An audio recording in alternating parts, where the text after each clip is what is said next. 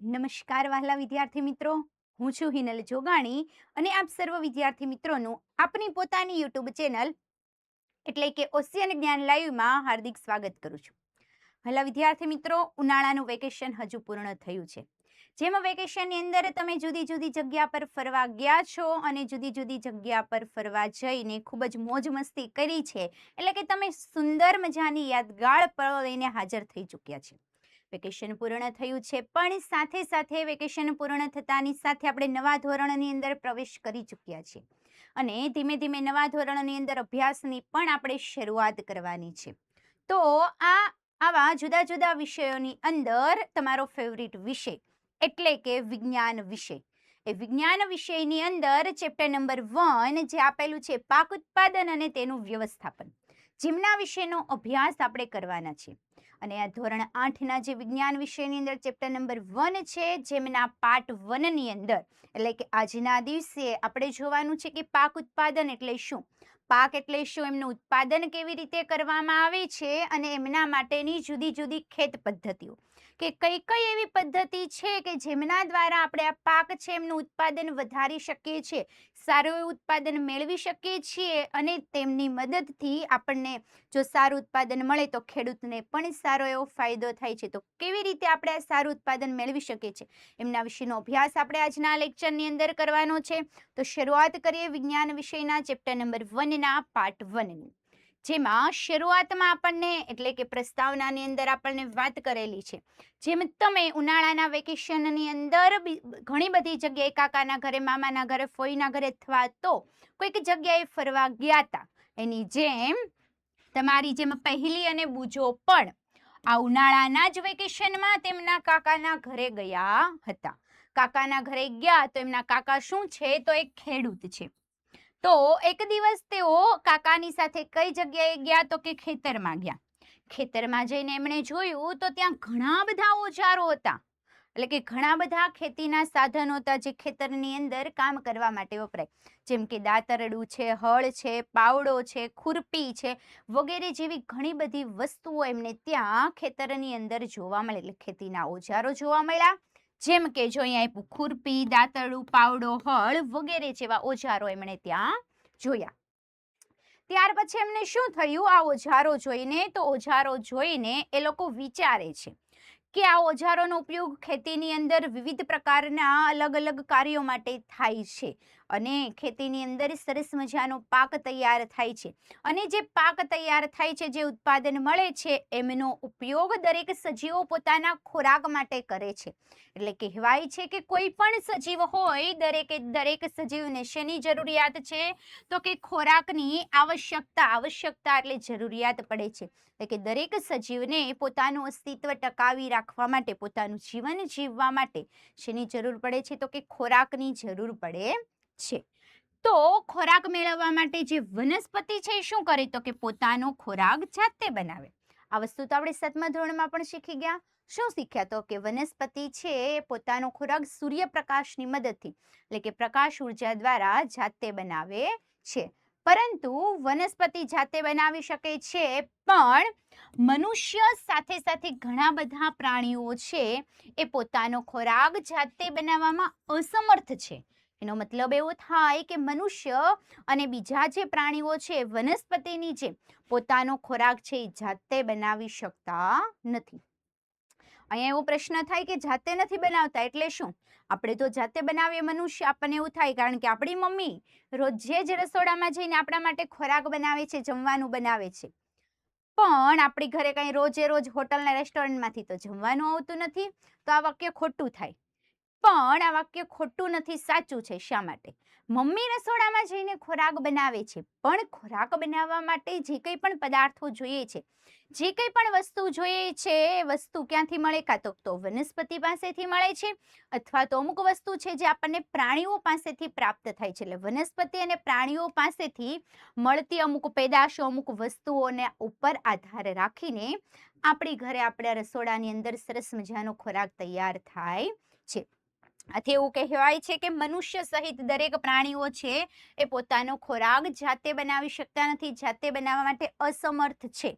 તો પ્રાણીઓ છે એ ખોરાક ક્યાંથી મેળવે બનાવે છે? આવો પ્રશ્ન થાય. જાતે નથી બનાવી શકતા તો કેવી રીતે ખોરાક બનાવે છે? તો ખોરાક આપણને ખ્યાલ આવી કેવી રીતે બનાવે છે, તો કે કા વનસ્પતિ પાસેથી મેળવે છે અથવા તો કેટલોક ખોરાક પ્રાણીઓ પાસેથી મેળવે છે. પણ હવે મોટો પ્રશ્ન, ખોરાક તો લઈ લીધો, ખોરાક મેળવી લીધો, પણ આજે આપણે ખોરાક મેળવીએ છીએ, ખોરાક શા માટે લઈએ છીએ, શા માટે આપણે ગ્રહણ કરીએ છીએ? ખોરાક નહીં ખાઈએ તો આપણને શું થાય? તો આપણે જાણીએ છીએ કે દરેકે દરેક સજીવો છે એમને ખોરાકમાંથી શું મળે છે, તો કે શક્તિ પ્રાપ્ત થાય છે.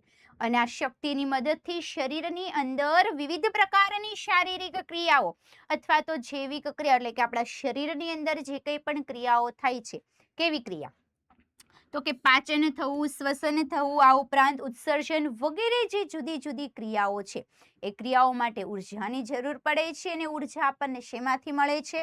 તો આપણે જે ખોરાક મેળવીએ છીએ એમાંથી. આ શારીરિક ક્રિયાઓ ઉપરાંત બીજી ઘણી બધી ક્રિયાઓ છે, જેમ કે લખવું છે, વાંચવું છે, ચાલવું, દોડવું, કૂદવું વગેરે જેવી ક્રિયાઓ કરવા માટે પણ સજીવો એટલે કે મનુષ્યને, પ્રાણીઓને શક્તિની જરૂર પડે છે. તો આ શક્તિ આપણને માત્ર ને માત્ર શેમાંથી મળે છે? તો કે ખોરાક જો આપણે ગ્રહણ કરીએ, જો યોગ્ય પ્રમાણમાં ખોરાક લેતા હોય તો આ શક્તિ આપણને પ્રાપ્ત થઈ શકે છે. આપણે એટલે કે મનુષ્ય ખોરાક છે વનસ્પતિ અથવા તો પ્રાણી અથવા તો બંને વસ્તુ પાસે એટલે કે વનસ્પતિ અને પ્રાણી બંનેમાંથી પ્રાપ્ત કરે છે.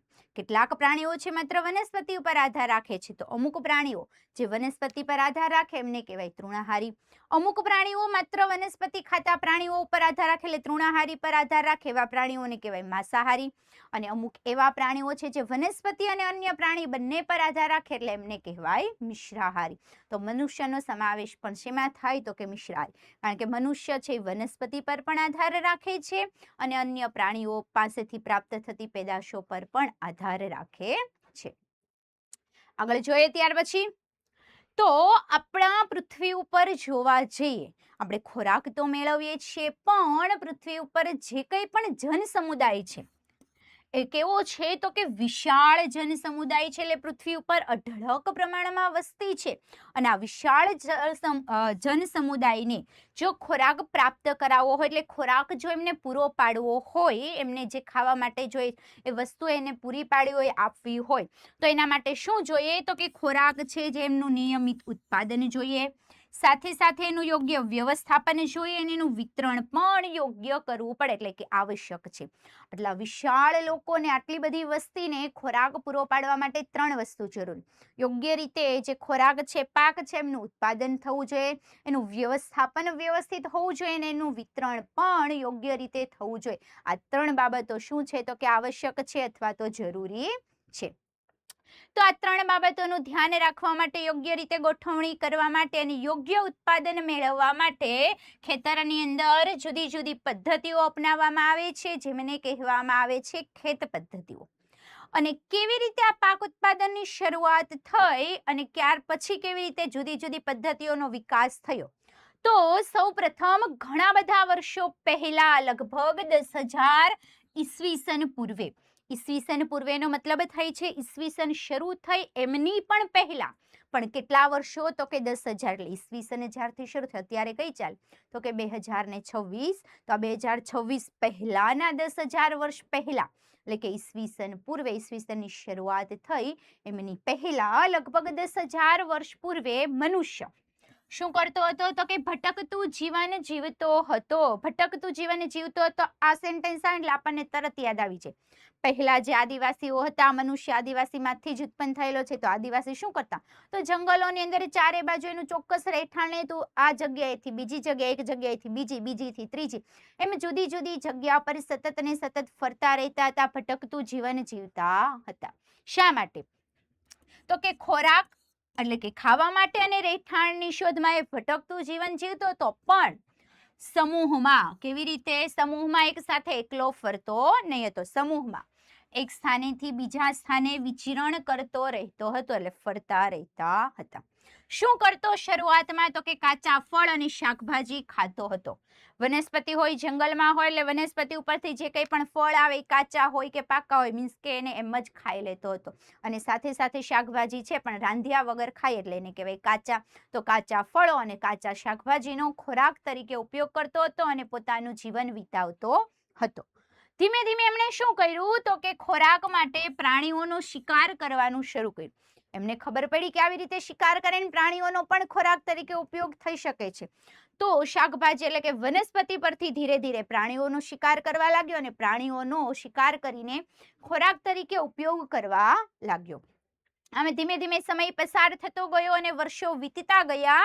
તો ધીમે ધીમે એણે શેની શરૂઆત કરી તો કે ખેતીની શરૂઆત કરી. કંઈક વસ્તુ ઉગાડવાની શરૂઆત કરી અને એણે શું કર્યું તો કે ડાંગર, ઘઉં અને અન્ય ખાદ્ય પાકોનું ઉત્પાદન કરવાની શરૂઆત કરી, એટલે કરી શક્યો.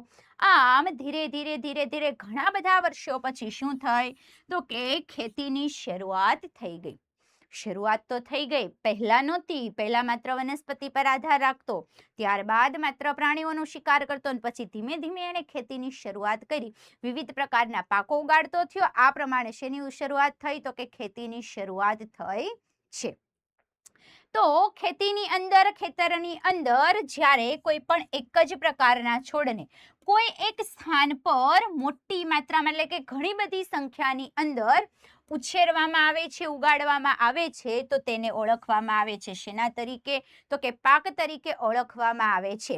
આમાં વ્યાખ્યા પરીક્ષામાં પૂછાય છે, યાદ રાખજો. પાક એટલે શું તો એક જ પ્રકારના છોડને કોઈ ચોક્કસ સ્થાન પર, કોઈ ચોક્કસ જગ્યા પર ઘણી બધી સંખ્યામાં, મોટી માત્રામાં, એક કરતા વધારે, એક નહીં પણ તો 2 થી વધારે, 2 અથવા તો તેના કરતા વધારે પ્રમાણમાં ઉગાડવામાં આવે છે, એમને શું કહેવાય તો કે પાક. ઉદાહરણ તરીકે ઘઉંના પાકનો અર્થ એવો થાય કે ખેતરમાં જે કંઈ પણ ઉછેરવામાં આવેલા છે, ઉગાડવામાં આવેલા છે, એ બધા જ છોડ, તમામ છોડ શેના છે તો કે ઘઉંના. તમે જાણો છો એટલે કે તમને ખ્યાલ છે, આ જે પાક છે એ પાક કેવા હોય છે તો કે વિવિધ પ્રકારના એટલે કે જુદા જુદા પ્રકારના જોવા મળે છે. જેમ કે અમુક પાક છે એ અનાજના હોય, અમુક શાકભાજીના હોય છે, તો અમુક શેના હોય તો કે ફળના જોવા મળે છે. જે ઋતુમાં આપણે પાકને ઉગાડીએ છીએ એટલે કે ઋતુ પ્રમાણે પણ અલગ અલગ પ્રકારનો પાક ઉગાડવામાં આવે છે. શિયાળાની ઋતુ હશે તો અલગ પાક થશે, ઉનાળાની ઋતુ હોય તો એમની અંદર જુદા પ્રકારનો પાક જોવા મળે. આમ જે ઋતુમાં આપણે પાકને ઉગાડીએ છીએ એમના આધારે એમનું શું કરવામાં આવે છે તો એમનું સામાન્ય રીતે વર્ગીકરણ કરવામાં આવે છે. શેના આધારે તો કે ઋતુઓના આધારે. આપણને ખ્યાલ છે આપણો ભારત દેશ, જે દેશમાં રહીએ છીએ દેશનું નામ છે ભારત દેશ. અને આ કેવો દેશ છે તો કે ભારત દેશ વિશાળ દેશ છે, જેમની અંદર અસંખ્ય લોકો વસવાટ કરે છે, એટલે જન સમુદાય પણ વિશાળ છે. આ ભારત દેશની અંદર તાપમાન, ભેજ, વરસાદ જેવી જે વાતાવરણીય પરિસ્થિતિ છે, આસપાસનું વાતાવરણ, તો આ દરેકે દરેક પરિસ્થિતિ એક ક્ષેત્રથી બીજા ક્ષેત્રમાં ભિન્ન હોય છે. એટલે કે એક જગ્યા પરથી આપણે બીજી જગ્યા પર જઈએ તો ત્યાં તાપમાન છે, ત્યાર પછી ઠંડી છે, ગરમી છે, આ ઉપરાંત વરસાદ છે, દરેકનું પ્રમાણ કેવું હોય છે તો કે જુદું જુદું જોવા મળે.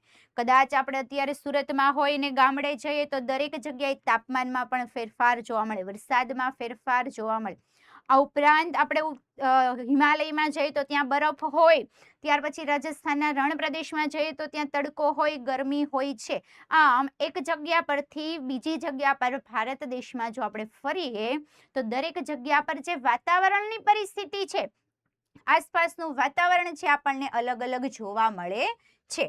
આથી જે દેશના જુદા જુદા ભાગોની અંદર જે પાક ઉછેરવામાં આવે છે, પાક ઉગાડવામાં આવે છે, પાકમાં પણ તફાવત જોવા મળે છે. આટલી બધી વિવિધતા અને ઋતુઓના ફેરફારને કારણે પાકને છે આપણે કેટલા વર્ગમાં વહેંચી શકાય છે તો કે સામાન્ય રીતે 2 ભાગમાં અથવા તો 2 વર્ગમાં વહેંચી શકીએ છીએ.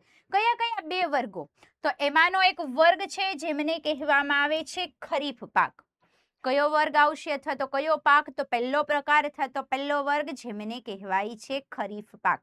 ખરીફ પાક એટલે શું તો જે પાક વરસાદની ઋતુમાં, વરસાદની ઋતુ એટલે કઈ ઋતુ તો કે ચોમાસાની ઋતુ, તો જે પાકને વરસાદની ઋતુમાં અથવા તો ચોમાસાની ઋતુમાં રોપવામાં આવે છે, ઉછેરવામાં આવે છે, ઉગાડવામાં આવે છે, તો એવા પાકને ઓળખવામાં આવે છે ખરીફ પાક તરીકે.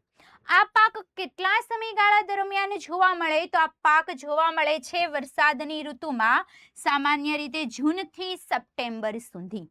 કયા મહિનાથી? તો કે જૂન મહિનાથી લઈને સપ્ટેમ્બર મહિનાની અંદર જે કંઈ પણ પાક ખેતરની અંદર ઉગાડવામાં આવે છે એ પાકને ઓળખવામાં આવે છે ખરીફ પાક તરીકે. ઉદાહરણ તરીકે આવશે ડાંગર છે, મકાઈ, સોયાબીન, મગફળી, કપાસ વગેરે જે ઉદાહરણો છે શેના છે? તો કે ખરીફ પાકના ઉદાહરણો છે. હવે યાદ કેમ રાખવાનું? હમણાં બીજો પ્રકાર આવશે ને તો આપણને કન્ફ્યુઝ થઈ જશે, પરીક્ષામાં પૂછાશે. તો ખરીફ પાક કઈ ઋતુમાં થાય? રવિ પાક બીજો પ્રકાર છે, એમને કહેવાય રવિ પાક. તો રવિ પાક કઈ ઋતુમાં થાય છે આપણને યાદ રહેતું નથી. તો યાદ રાખવા માટે શું કરવાનું? તો યાદ રાખવા માટે આપણે યાદ રાખવાનું છે ચોખા. આવું તે વળી કઈ હશે? ચોખાને યાદ રાખવાના ને આપણને યાદ રહી જાય આ પ્રશ્ન? હા, તો કેવી રીતે? કારણ કે ચોખાની અંદર પહેલું શું આવે છે? તો કે ચો. ચો એટલે કયું? તો કે ચોમાસાની ઋતુ, વરસાદની ઋતુ. ત્યાર પછી ખા એટલે શું? તો કે ખરીફ પાક. એટલે ચોમાસાની ઋતુમાં જે પાક થાય એને શું કહેવાય? ખરીફ પાક. યાદ શું રાખવાનું? ચોખા. હવે અમને આવડી ગયું. ચોમાસાની ઋતુ ક્યારે આવે? તો આપણે જ્યારે સ્કૂલ ઉનાળાનું વેકેશન પૂર્ણ થાય ને શરૂઆત થાય, જૂન મહિનામાં આપણું વેકેશન ખુલે એટલે જૂનથી શરૂ કરવાનું 4 મહિના. જૂન, જુલાઈ, ઓગસ્ટ ને સપ્ટેમ્બર એટલે 4 મહિનાની અંદર જે પાક થાય અને જે ઋતુ ચાલે એ ઋતુને કહેવાય ચોમાસાની ઋતુ. જે પાક થાય એમને કહેવાય ખરીફ પાક. કયા કયા પાક થાય? તો ચોખા યાદ રાખ્યા એટલે ચોખાને બીજું કહેવાય ડાંગર, અથવા ઉદાહરણમાં ચોખા લખી દો તો પણ ચાલે. આ ઉપરાંત આવશે કપાસ, મગફળી, સોયાબીન અને મકાઈ વગેરે જેવા પાકો છે એને ખરીફ પાક કહેવાય છે, અથવા તો આ ચોમાસાની ઋતુમાં પાક થતા હોય છે. ત્યાર પછી આગળ જોઈએ નેક્સ્ટ પ્રકાર, જે પ્રકારને કહેવામાં આવે છે રવિ પાક. રવિ પાક એટલે શું? તો જે પાક શિયાળાની અંદર રોપવામાં આવે છે, શિયાળાની ઋતુની અંદર ઉગાડવામાં આવે છે એવા પાકને ઓળખવામાં આવે છે રવિ પાક. એટલે આ પાકનો સમયગાળો સામાન્ય રીતે હોય છે ઓક્ટોબરથી લઈને માર્ચ સુધીનો. જેમાં કયા કયા પાક થાય? તો થાય છે ઘઉં, ચણા, વટાણા, રાઈ અને અળસી વગેરે રવિ પાકના ઉદાહરણ છે. હા મેડમ, તમે ખરીફ પાકની અંદર તો યાદ રાખવાની હિન્ટ આપી હતી, પણ આમાં કેમ રાખવું યાદ? ખરીફ યાદ રહી જાય તો પછી રવિ તો યાદ રહી જ જાય ને. રવિ પાક શિયાળામાં થાય, એક જ વસ્તુ આવે. પણ આપણે યાદ રાખીએ. કેવી રીતે યાદ રાખશું? તો યાદ રાખવાનું છે શીરો. શું યાદ રાખવાનું છે? શીરો. સરસ મજાનો. જેમાં આપણે કથાની અંદર ગયા હોય, કથા નો સાંભળતા હોય, માત્ર વાટ જોઈને બેઠા હોય પ્રસાદની. પ્રસાદની અંદર આપણને શું આપે છે? તો કે શીરો આપવામાં આવે છે. બસ એ જ શીરાને આપણે યાદ રાખવાનો છે. નામ લઈએ છીએ ને ત્યાં તો મોઢામાં પાણી આવી જઈશ. તો શીરામાંથી કેમ યાદ રાખવાનું? શી એટલે શિયાળાની ઋતુ અને રો એટલે કે રવિ પાક. એટલે શીરો યાદ રાખીએ એટલે યાદ આવી જાય. શિયાળાની ઋતુમાં જે પાક થાય એ પાક કયો? તો કે રવિ પાક. સમયગાળો આવશે ઓક્ટોબરથી માર્ચ સુધીનો. અને કયા પાક થાય? તો કે ઘઉં, રાઈ, અળસી, વટાણા, ચણા વગેરે જેવા પાક છે એ રવિ પાક તરીકે ઓળખવામાં આવે છે. આ ઉપરાંત ઘણી બધી જગ્યાએ કઠોળ અને શાકભાજી છે કઈ ઋતુમાં ઉગાડવામાં આવે? તો કે ઉનાળાની ઋતુની અંદર ઉગાડવામાં આવે છે. કઈ વસ્તુ? તો કે કઠોળ અને શાકભાજી. કઠોળની અંદર આવે છે મગ, ચણા, વટાણા વગેરે જેવી વસ્તુ અને ઘણા બધા શાકભાજી. આગળ જોઈએ ત્યાર પછી નેક્સ્ટ, પાક તો ઉગાડીએ છીએ પણ પાક ઉગાડવા માટેની જે પદ્ધતિઓ છે એ પદ્ધતિઓ કઈ છે? તો પાકને ઉછેરવા માટે ખેડૂતને અનેક પ્રવૃત્તિ છે એ સમયાંતરે કરવી પડે છે. સમયાંતર એટલે કે સમયે થોડા સમય આ પ્રવૃત્તિઓનું ધ્યાન રાખવું પડે, આ એક્ટિવિટી કરવી પડે. જો આ કાર્ય નથી કરતા તો પાક ઉત્પાદન યોગ્ય રીતે થતું નથી. તો આ પ્રવૃત્તિ એવા જ પ્રકારની છે જેમનો ઉપયોગ માળી અથવા તો તમે સુશોભનીય વનસ્પતિને તમારા ઘર આંગણે ઉછેરવા માટે કરો છો. કઈ પદ્ધતિ? તો કે ખેડૂત છે ખેતરની અંદર જે પદ્ધતિનો ઉપયોગ કરે છે, જે પદ્ધતિ દ્વારા ખેતરમાં પાક ઉગાડે છે એ જ પદ્ધતિનો ઉપયોગ આપણે પણ કરીએ છીએ. કઈ રીતે? તો કે માળી છે જે ગાર્ડનની અંદર, બગીચાની અંદર ફૂલ છોડ ઉછેરવા માટે કરે. આ ઉપરાંત આપણા ઘર આંગણે જે વિવિધ પ્રકારની સુશોભનીય વનસ્પતિ એટલે કે જે ડેકોરેશન માટે વનસ્પતિ વપરાય છે, જે વસ્તુ આપણે ડેકોરેશન માટે ઉછેરીએ છીએ, એમના માટે જે પદ્ધતિ વાપરે છે એવી જ પદ્ધતિ છે. પણ ક્યાં વપરાય છે? તો કે મોટા પાયે કામ થાય છે. એટલે ખેતરની અંદર આ પ્રવૃત્તિ અથવા તો આ કાર્ય જે કરવામાં આવે છે એમને કહેવામાં આવે છે ખેત પદ્ધતિઓ. શેના તરીકે ઓળખવામાં આવે તો કે ખેત પદ્ધતિઓ. ચાલો જોઈએ કઈ કઈ ખેત પદ્ધતિઓ છે. ખેત પદ્ધતિઓને જાણતા પહેલા વહાલા વિદ્યાર્થી મિત્રો, ધોરણ 6 થી 8 માં ભણતા દરેક વિદ્યાર્થી માટે ઓનલાઈન ટ્યુશન ક્લાસ એટલે શું તો કે ધોરણ 6 થી 8 ના દરેક વિદ્યાર્થી માટે બ્રહ્માસ્ત્ર બેચ 2027 તમારા માટે ઉપલબ્ધ છે, જેમની અંદર આખા વર્ષની ફી છે માત્ર ને માત્ર કેટલી તો કે 1350 રૂપિયા. આટલી ફી અને આખું વર્ષ તો કે હા, આખા વર્ષની અંદર માત્ર ને માત્ર ફી કેટલી છે તો કે 1350 રૂપિયા. હવે આ બેચની અંદર જોડાઈએ, આ કોર્સની અંદર જોડાઈએ તો તમને શું ફાયદો થાય? તો તમારા જે કંઈ પણ ધોરણ છે એ ધોરણની અંદર આવતા દરેકે દરેક વિષયો જેમની અંદર તમને દરેકે દરેક વિષયનો સંપૂર્ણ અભ્યાસક્રમ પ્રવૃત્તિ સાથે સ્વાધ્યાય સોલ્યુશન સાથે તમને પ્રાપ્ત થઈ શકે છે. આ ઉપરાંત તમારે સ્વાધ્યાયન પોથીનું સોલ્યુશન, ગાલા સ્વાધ્યાય પોથીનું સોલ્યુશન, તમારે એકમ કસોટી, ત્રિમાસિક કસોટી વગેરે દરેક વસ્તુઓનું સોલ્યુશન તમને પ્રાપ્ત થઈ શકે છે. સાથે સાથે જેમ જેમ પ્રથમ સત્રાંત પરીક્ષા અને દ્વિતીય સત્રાંત પરીક્ષા નજીક આવતી જાય છે એમ પરીક્ષાનું પણ યોગ્ય રીતે તૈયારી કરાવવામાં આવે છે. તો જો વહાલા વિદ્યાર્થી મિત્રો હજુ પણ તમે આ બ્રહ્માસ્ત્ર બેચની અંદર જોઈન નથી થયા તો ઝડપથી બ્રહ્માસ્ત્ર બેચની અંદર જોઈન થઈ જાઓ, અથવા તો આ બેચને લગતી વધારે માહિતી પ્રાપ્ત કરવા માટે અહીં આપેલો કોન્ટેક્ટ નંબર 7046222254 પર તમે કોન્ટેક્ટ કરી શકો છો અને વધારે માહિતી જો પ્રાપ્ત કરવી હોય તો માહિતી પ્રાપ્ત કરી શકો છો. આ બેચમાં જોડાવા માટેની લિંક નીચે વિડીયોના ડિસ્ક્રિપ્શન બોક્સમાં આપેલી છે, અથવા તો આપણે એપ્લિકેશન ઓશિયન જ્ઞાન લાઈવ અત્યારે જ ડાઉનલોડ કરો, ત્યાંથી પણ તમે બ્રહ્માસ્ત્ર બેચની અંદર જોઈન થઈ શકો છો. ચલો આગળ વધીએ, આપણે જુદી જુદી ખેત પદ્ધતિઓ વિશે માહિતી મેળવવાની છે. તો આ કાર્ય પદ્ધતિ છે જેમ નીચે પ્રમાણે આપેલી છે, કાર્ય પદ્ધતિ અથવા તો ખેત પદ્ધતિ. ચાલો જોઈએ કઈ પદ્ધતિ છે. અરે વાહ, કેવું સરસ મજાનું કમળ આવ્યું.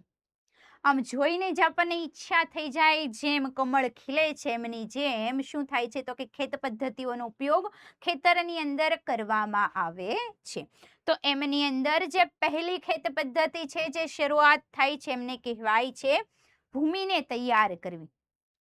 અહીંયા ભૂમિનું મતલબ કોઈ ભૂમિ નામની છોકરી છે નહીં. ભૂમિનો મતલબ થાય છે શું તો કે જમીન. જમીનને તૈયાર કરવાની છે, પણ શેના માટે? આપણે તો કોઈક જગ્યાએ બહાર જતા હોય તો આપણે તૈયાર થઈએ, એવું જોઈએ ને. સરસ મજાના કોઈકની ઘરે બેસવા જવાનું હોય, જમવા જવાનું હોય, મેરેજમાં જવાનું હોય તો આપણે કેવા સરસ મજાના નવા નવા કપડાં પહેરીએ, સરસ મજાનું માથું ઓળીએ, પરફ્યુમ લગાવીને મસ્ત તૈયાર થઈને આપણે કોઈકની ઘરે બેસવા જઈએ, જમવા જઈએ અથવા તો મેરેજમાં જઈએ. બસ એ જ વસ્તુ કરવાની છે કે જમીનની અંદર, ખેતરની અંદર જ્યારે પાક ઉગાડો છો તો પહેલા જમીનને આપણે તૈયાર કરવાની છે. જેવી જમીન તૈયાર થઈ જાય એટલે એમની અંદર બીજને વાવવાના છે, એટલે એમને કહેવાય રોપણી. બીજ વવાઈ જાય ત્યારબાદ એમને જરૂર પડે છે જુદા જુદા ખાતર, એટલે કે કુદરતી ખાતર અને કૃત્રિમ ખાતર. ખાવાનું આપ્યું છે, હવે પીવાનું પણ આપવું પડે ને. પીવાનું એટલે પાણી, એટલે જરૂર પડશે શેની તો કે સિંચાઈની. પેલા તૈયાર થયા, કોઈક જગ્યા પર ગયા એટલે કે રોપણી કરી, ત્યાર પછી ખાવાનું જમવાનું આપ્યું એટલે ખાતર આપ્યું, જમવાનું આપ્યું એટલે હવે પાણી આપવું પડે. પાણી આપ્યું એટલે સિંચાઈ કરવાની. ત્યાર પછી એમને અન્ય વસ્તુથી રક્ષણ આપવાનું, એટલે કોનાથી રક્ષણ આપવાનું છે તો કે નીંદણથી રક્ષણ. નીંદણથી રક્ષણ આપીએ એટલે પાક સરસ મજાનો તૈયાર થઈ જાય છે, એટલે શું આવી ગયું તો કે લણણી, જેમને બીજું નામ તરીકે ઓળખવામાં આવે છે કાપણી. અને ત્યારબાદ એમનો શું કરવામાં આવે છે તો કે સંગ્રહ કરવામાં આવે છે. એટલે આપણે જો આમને યાદ રાખીએ, ચાલો આપણે કોઈક જગ્યાએ જઈએ છીએ, સરસ મજાના આપણે કોઈકની ઘરે જમવા જવાનું છે એટલે તૈયાર થઈ ગયા, જમવાના સ્થળે પહોંચી ગયા એટલે બીજની રોપણી કરી દીધી, ત્યાં આપણને આપ્યું જમવાનું એટલે ખાતર આપ્યું, જમી લીધું એટલે પાણી આપ્યું, ત્યાં ચાલો મચ્છર છે તો મચ્છરથી આપણને રક્ષણ આપ્યું, એમ અહીંયા નીંદણથી રક્ષણ. પછી ઘરે આવવા નીકળે એટલે આપણે પૈસા આપીએ ને, તો પાક તૈયાર થઈ ગયો એટલે કાપણી કરવામાં આવે. આપણે જે પૈસા આપ્યા છે ને સામેવાળી વ્યક્તિ શું કરે તો કે સંગ્રહ કરે, એટલે શું થઈ ગયું તો કે સંગ્રહ થઈ ગયો. બસ આ જ ખેત પદ્ધતિ, કેટલી 7 ખેત પદ્ધતિ વિશે આપણે માહિતી મેળવવાની છે. એમાંની પહેલી ખેત પદ્ધતિ શરૂ કરીએ. સૌ પ્રથમ તો છે ભૂમિને તૈયાર કરવી, એટલે કે જમીનને તૈયાર કરવામાં આવે છે. કેવી રીતે જમીનને તૈયાર કરીએ? તો પાક ઉછેરતા પહેલા એટલે કે રોપતા પહેલા ભૂમિને તૈયાર કરવી એનું પ્રથમ ચરણ છે, પહેલું પગથિયું છે. આ પગથિયું ખાસ જરૂરી છે. જો ભૂમિને તૈયાર કરવામાં આવતી નથી અને એમ જ બીજની રોપણી કરવામાં આવે છે તો એમાંથી સારું ઉત્પાદન આપણને પ્રાપ્ત થતું નથી. માટે ભૂમિને તૈયાર કરવી કેવું પગથિયું છે તો કે પ્રથમ ચરણ અથવા પહેલું પગથિયું છે.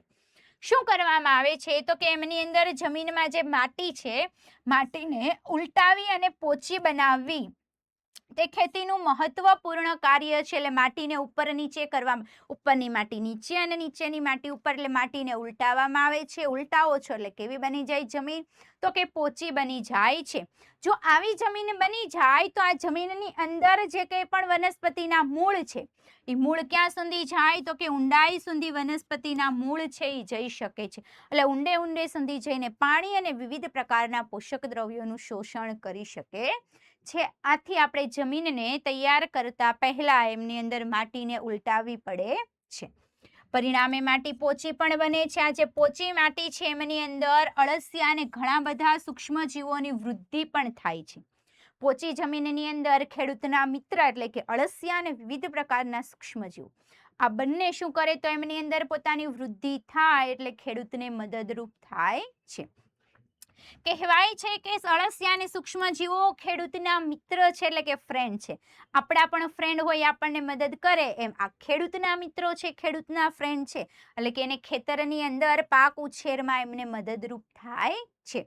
શા માટે તો અળસિયા પણ માટીને ઉપર નીચે કરીને પોચી બનાવે છે. સાથે સાથે એમાં સડતા સેન્દ્રિય પદાર્થો પણ ઉમેરે છે.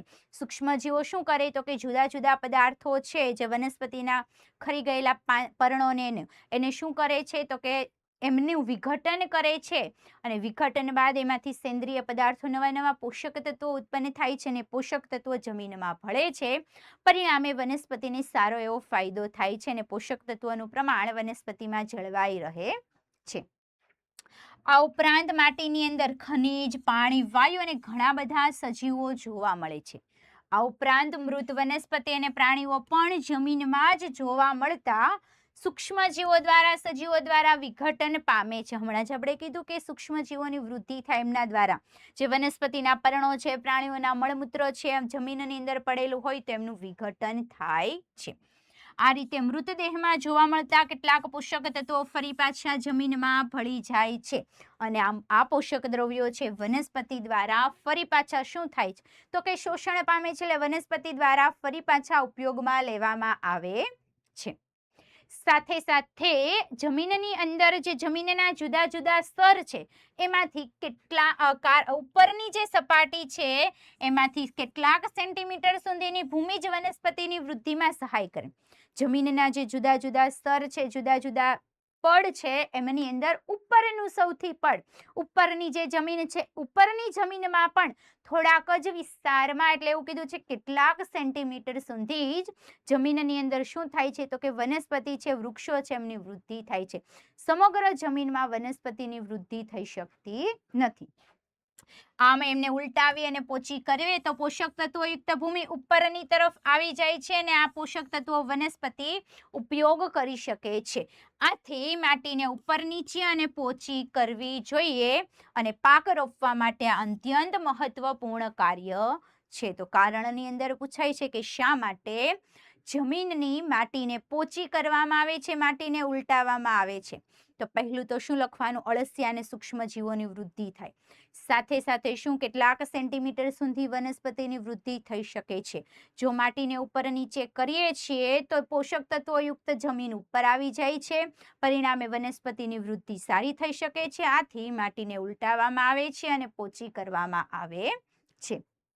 આગળ જોઈએ ત્યાર પછી આજે માટીને ઉપર નીચે અને પોચી કરવાનું ક્યારે ના કહીએ છીએ, પણ આ જે કાર્ય છે ઉપર નીચે કરવી, પોચી કરવી, કાર્યને અથવા તો ક્રિયાને ઓળખવામાં આવે છે ખેડાણ તરીકે. શેના તરીકે તો કે ખેડાણ એટલે ખેડવું.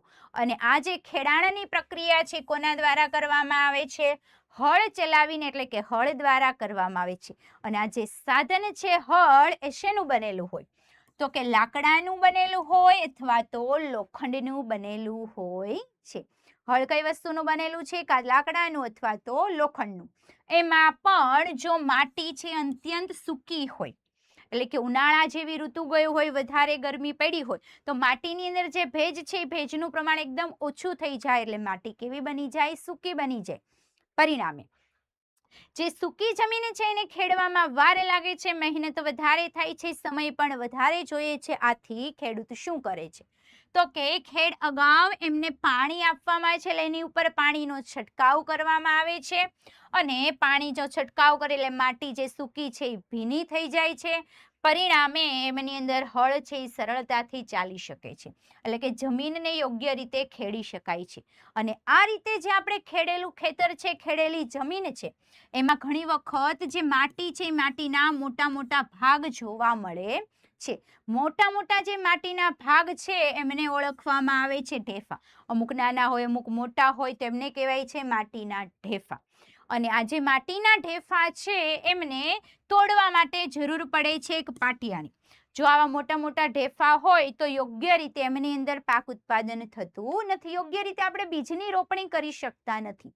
તો રોપણી યોગ્ય રીતે કરવા માટે આ માટીના ઢેફા છે એમને તોડવામાં આવે છે. અને તોડવા માટે એક સાધન વપરાય છે જેમને કહેવાય છે પાટિયા. પાટિયાની મદદથી તોડવામાં આવે છે. અને આ તોડવા માટેનું કાર્ય કોના દ્વારા કરવામાં આવે છે? તો કે સમાર દ્વારા કરવામાં આવે છે. આ ઉપરાંત વાવણી અને સિંચાઈ માટે ખેતરને સમથળ, એટલે કે એકદમ સીધું સમતલ કરવું ખૂબ જ જરૂરી છે. આ ઢેફાવાળું ખેતર હોય જો તોડ્યા વગરનું, તો એમની અંદર યોગ્ય રીતે સિંચાઈ પણ થઈ શકતી નથી અને યોગ્ય રીતે બીજની રોપણી પણ થઈ શકતી નથી. માટે આ બંને કાર્ય સરખા કરવા માટે, વ્યવસ્થિત ઉત્પાદન, સારું ઉત્પાદન મેળવવા માટે ઢેફાને તોડવામાં આવે છે. અને કોની મદદથી? તો કે સમારની મદદથી. યાદ રાખજો, હળ છે એમની મદદથી જમીનને ઉપર નીચે ખેડાણ કરવામાં આવે છે, પોચી બને. પણ ઢેફાને ભાંગવા માટે વપરાતું સાધન, એટલે કયું સાધન? તો કે સમાર. ચલો આગળ જોઈએ. ત્યાર પછી નેક્સ્ટ, કેટલીક વખત જમીનને ખેડતા પહેલા એમની અંદર કુદરતી ખાતર પણ ઉમેરવામાં આવે છે. પરિણામે શું થાય? તો કે જમીનમાં કુદરતી ખાતરનું સંમિશ્રણ વ્યવસ્થિત થઈ જાય છે. એટલે કુદરતી ખાતર એટલે કે છાણિયું ખાતર, પ્રાણીઓના મળમૂત્ર, વનસ્પતિના અવશેષો, જે મૃત પર્ણો ને એવું છે, એમની મદદથી બનાવવામાં આવતું ખાતર એટલે કુદરતી ખાતર, છાણિયું ખાતર. આ ખાતર જે ખેતરમાં હળ ચલાવે એની પહેલા ઉમેરી દે. પછી હળ ચલાવવામાં આવે, એટલે હળ ચલાવે તો માટીની સાથે આ ખાતર છે યોગ્ય પ્રમાણમાં મિશ્ર થઈ જાય છે, ભેગું થઈ જાય છે. અને ત્યારબાદ એમની અંદર બીજ રોપવામાં આવે તો પાકની વૃદ્ધિ સારી થાય છે. અને બીજ રોપતા પહેલા પણ એમને શું આપવામાં આવે છે? તો કે પાણી આપવામાં આવે છે. ત્યાર પછી આગળ જોઈએ. આગળ વધતા પહેલા ફરી પાછી વહાલા વિદ્યાર્થી મિત્રો, ધોરણ 6 થી 8માં ભણતા દરેકે દરેક વિદ્યાર્થીઓ માટે ખાસ મુખ્ય સમાચાર. શું કે ધોરણ 6 થી 8માં ભણતા દરેક વિદ્યાર્થીઓ માટે ઓનલાઈન ટ્યુશન ક્લાસ, એટલે કે આપણી બ્રહ્માસ્ત્ર બેચ 2027 ની અંદર એડમિશન પ્રોસેસ શરૂ થઈ ચૂકી છે.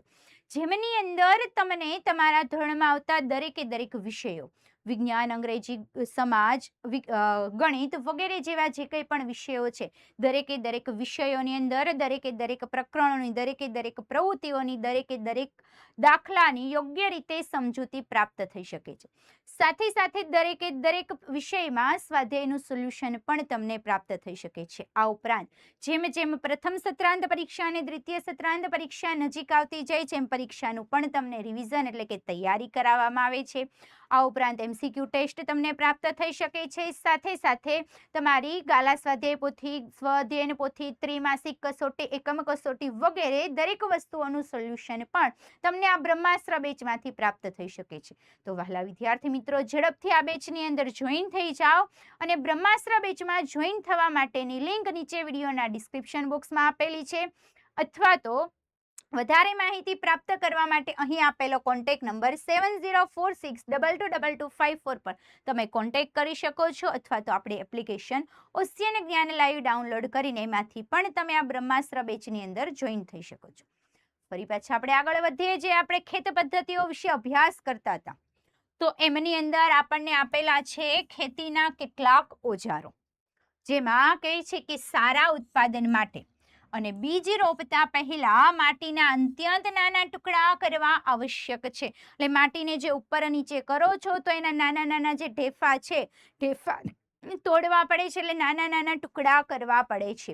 અને આ કાર્ય છે એ સમારની મદદથી કરવામાં આવે છે. આ સાથે સાથે બીજા કેટલાક ઓજારોનો ઉપયોગ કરવામાં આવે છે. તો ખેડવા માટે અને ટુકડા કરવા માટે વપરાતા સાધનો એટલે કે હળ, ખરપિયું અને કલ્ટિવેટર અથવા તો દાંતી, જેમની મદદથી આ કાર્ય થઈ શકે છે. એટલે કે આ કાર્ય માટે ઉપયોગમાં લેવાતા મુખ્ય ઓજારો 3 ઓજારો યાદ રાખજો. પહેલો આવશે હળ, ત્યાર પછી આવશે ખરપિયું અને ત્રીજું ઓજાર છે દાંતી, જેમને ઇંગ્લિશમાં કહેવાય છે કલ્ટિવેટર. શરૂઆત કરીએ આપણે પહેલા ઓજારની. પહેલાનું નામ છે હળ. પ્રાચીન સમયથી એટલે કે પહેલાના સમયથી જ હળનો ઉપયોગ છે જમીનની ખેડ કરવા માટે, જમીનની અંદર ખાતર ભેળવવા માટે અને નીંદણના નિકાલ માટે તેમજ માટીને ખોદવા માટે કરવામાં આવતો હતો. એટલે કે જૂના સમયથી જ્યારથી ખેતીની શરૂઆત થઈને ધીમે ધીમે માટીને ખેડવા માટે, ખાતર ભેળવવા માટે શેનો ઉપયોગ કરતા હતા? તો કે હળનો ઉપયોગ કરવામાં આવે છે. હળ છે શેનું બનેલું છે? તો આ ઓજાર છે એ બનેલું હોય છે લાકડાનું, જેમની અંદર આપણે હળ ચલાવવા માટે જરૂર પડે છે કોની? તો કે બળદની જોડ, એટલે કે બે બળદ જોડ એટલે 2 બળદ અથવા અન્ય પ્રાણીઓ, બળદ સિવાય બીજા પ્રાણીઓ ઘોડા અથવા તો ઊંટ વગેરેની મદદથી પણ આ હળ છે એમને ચલાવવામાં આવે છે અથવા તો ખેંચવામાં આવે છે. જેમની અંદર એટલે કે હળની અંદર લોખંડની મજબૂત ત્રિકોણાકાર પટ્ટી આપેલી છે, જેને કહેવામાં આવે છે ફાલ. આપણે આકૃતિમાં જોઈએ, ધારો કે હળ આવી રીતનું હોય, તો આ હળની અંદર જે આ પાછળની તરફનો ભાગ છે, આ ત્રિકોણ જેવી રચના દેખાય, ત્રિકોણાકાર જે પટ્ટી છે એ મજબૂત હોય છે, જેને શું કહેવાય? તો એને ફાલ તરીકે ઓળખવામાં આવે છે. સાથે સાથે આ હળ છે એ હળનો મુખ્ય ભાગ લાંબા લાકડાનો બનેલો હોય છે, જેમને કહેવાય છે હળ શાફ્ટ. એટલે આગળનો જે ભાગ છે લાંબો ભાગ લાકડાનો બનેલો, એમને કહેવાય છે હળ શાફ્ટ.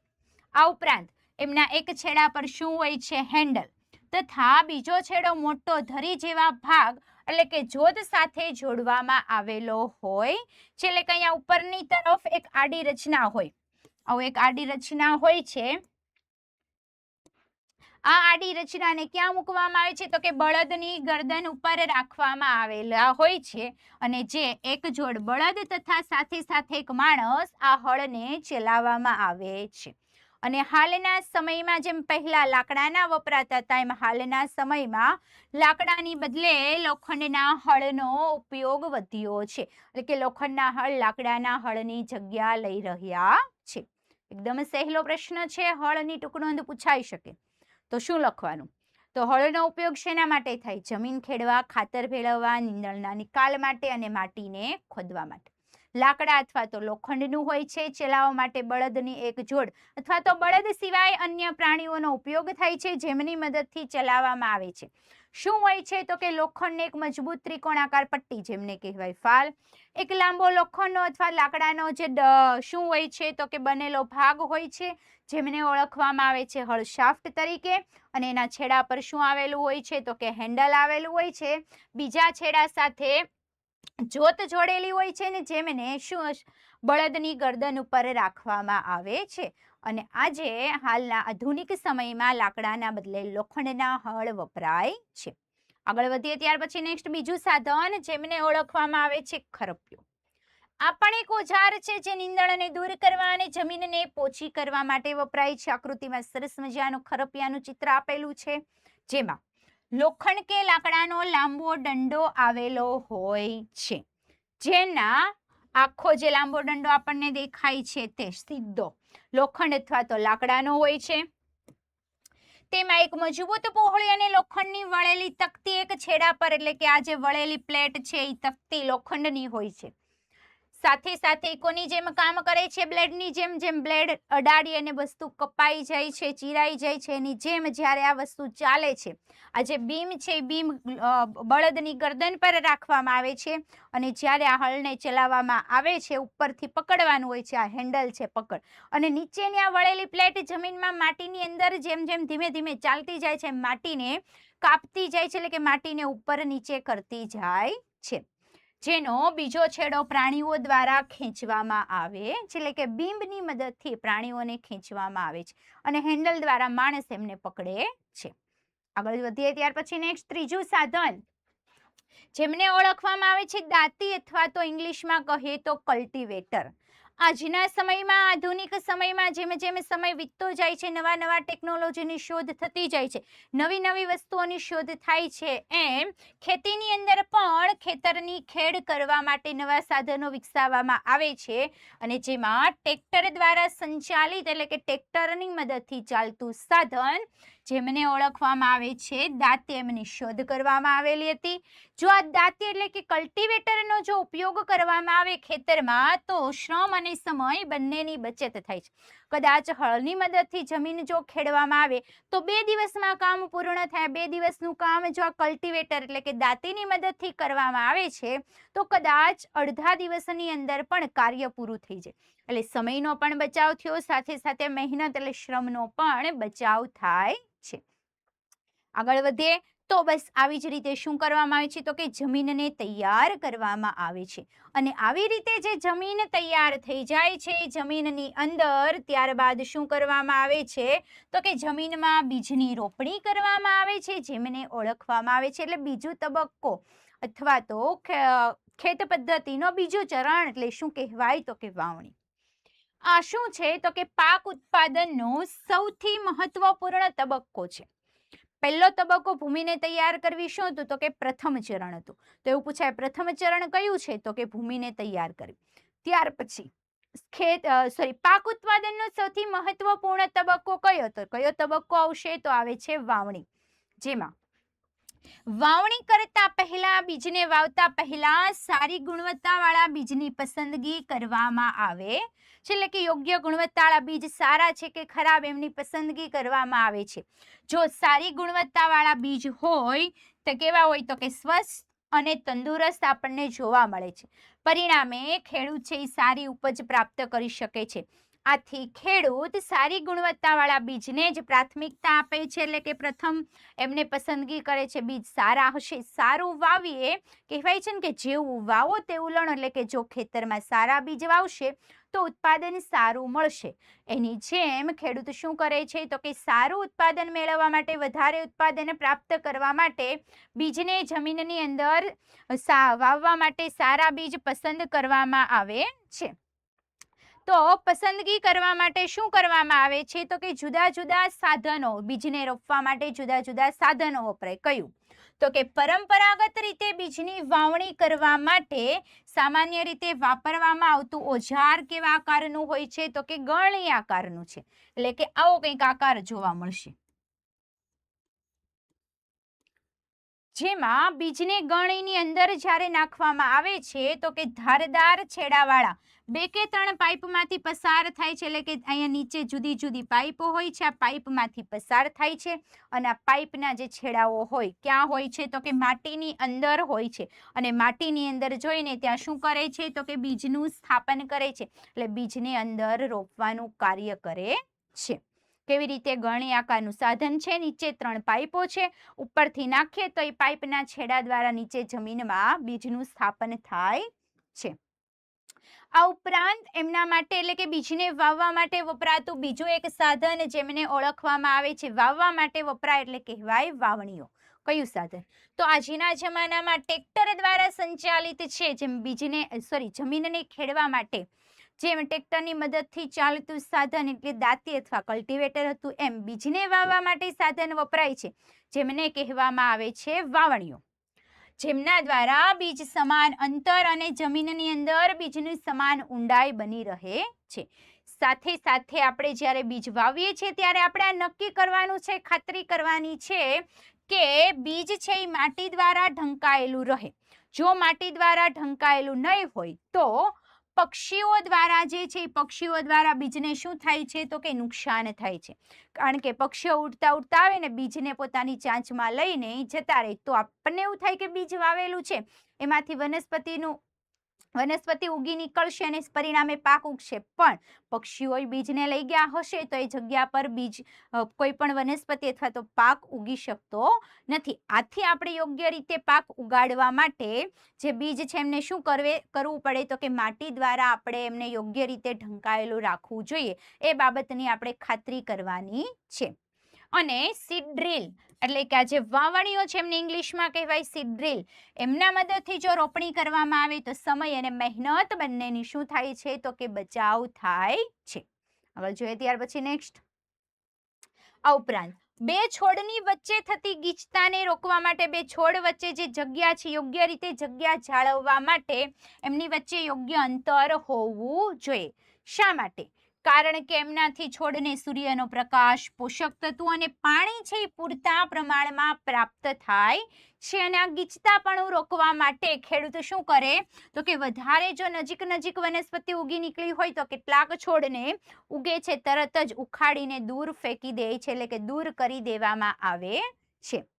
તો બસ વહાલા વિદ્યાર્થી મિત્રો, આજનો અભ્યાસ આપણે અહીંયા સુધી જ રાખીએ. જે આજના લેક્ચરની અંદર આપણે ખેતીની શરૂઆત કેવી રીતે થઈ, સાથે સાથે ખેતીની અંદર યોગ્ય ઉત્પાદન મેળવવા માટે જે જુદી જુદી ખેત પદ્ધતિઓ છે એ ખેત પદ્ધતિઓમાંથી આપણે બે ખેત પદ્ધતિ એટલે કે જમીનને તૈયાર કરવી અને સાથે સાથે બીજની રોપણી એટલે કે બીજને વાવવાના જે બે પગથિયા હતા એ પગથિયાનો સંપૂર્ણ રીતે સમજૂતી સાથે અભ્યાસ કરી ચૂક્યા છે. આગળનો અભ્યાસ આપણે નેક્સ્ટ લેક્ચરની અંદર કરીશું. ત્યાં સુધી જો તમને અમારો આજનો આ વિડીયો પસંદ આવ્યો હોય તો લાઈક કરો, તમારા જુદા જુદા મિત્રો સુધી શેર કરો અને અમારી યુટ્યુબ ચેનલમાં નવા હોય તો આજે જ ચેનલને સબસ્ક્રાઇબ કરો. અસ્તુ. જય હિન્દ.